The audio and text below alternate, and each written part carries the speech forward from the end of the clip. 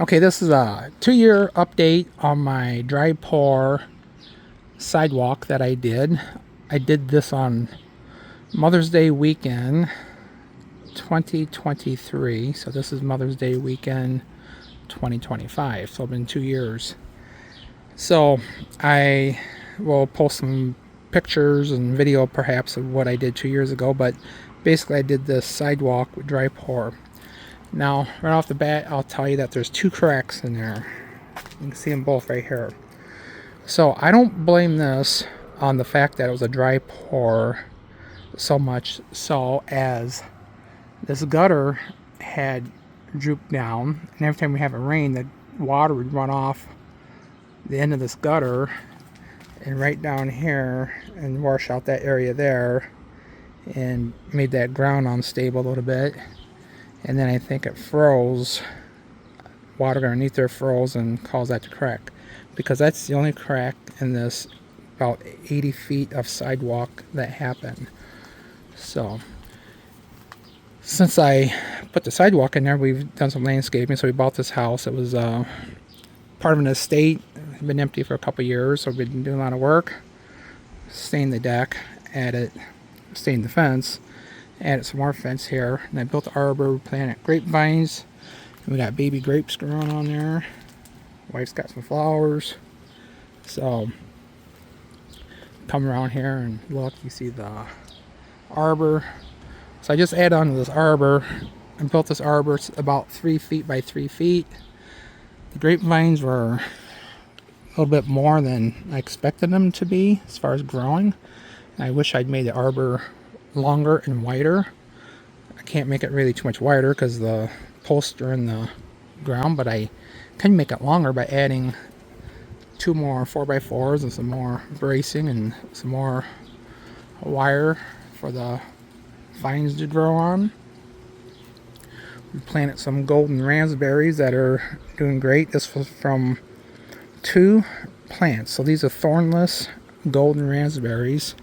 They do have tiny thorns on there, but not nearly like the other raspberries we have in the back of our yard. And so you see the concrete here, it's holding up good.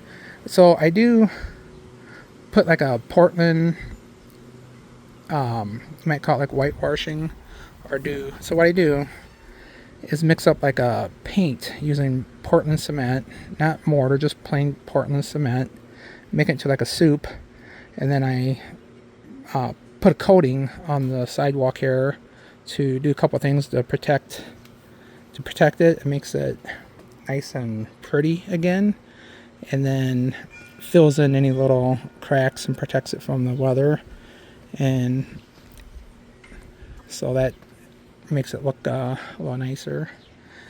So my shed here had some holes in it, rusted in there, and I was looking for some sheet metal to cover the holes. Most of the holes were on the other side, and I had about 20 old license plates. I got, well, I'll use these license plates to patch the holes up and then paint it. And I put those license plates on the other side, and I thought to myself, hey, that looks kind of cool. And then some people saw that I was doing this and dropped off some license plates. One guy dropped off about 60 license plates, and so I decided to go ahead and put license plates on the entire side. So there you have it. And looking at the sidewalk here again, it's looking pretty good. So put this in here to as a barrier from all these plants in the garage here. So like I said, this is about 75 to 80 feet of sidewalk. It's like 18 inches wide, and it cost about $120. So one 60-pound bag of concrete would cover about 2 linear feet of sidewalk. So this is probably about 4 feet between the control joints here I got. So this is about 2 bags of concrete. I think that's 4 feet. I can't remember. So this 70 or 80 feet was about 140 bags of concrete and I think at the time it was like $3. So is that right? Might be right. So it's a couple $100. If I would have hired somebody to come here and put a sidewalk in here, this would have been, oh, probably, I don't know, I'm guessing hundreds and hundreds of dollars. So, but basically I just wanted something to use as a path to go down through here that we walk on and make our arbor go through. The original plan was to put a gate up here at the end of the arbor. So this is all fenced in our entire backyard, so our dogs can run around. But we haven't quite decided if we want to do that or not. So that's my 2-year update. Only 2 cracks in the entire thing. There's no cracks coming down through here, no cracks here. Like I said, the only cracks I got are down here right underneath this gutter where the water would come pouring off. And like I said, the water would pour down in here. This would become like a solid brick of ice, and it would freeze. And I was able to adjust that gutter, move it up, so now the water runs down that side and drains the way it's supposed to. But I didn't realize it was doing that till it was too late. So, but I could mix up a little mortar and grind that crack out. Mix up a little mortar, pack it down in there, and then do my Portland cement paint over top of it and make that look so you can't see the cracks. But it's okay. I might do that later, but who knows. But anyhow, it turned out to be a nice little area, and for a fraction of the price of what it would cost if I hired somebody to do it.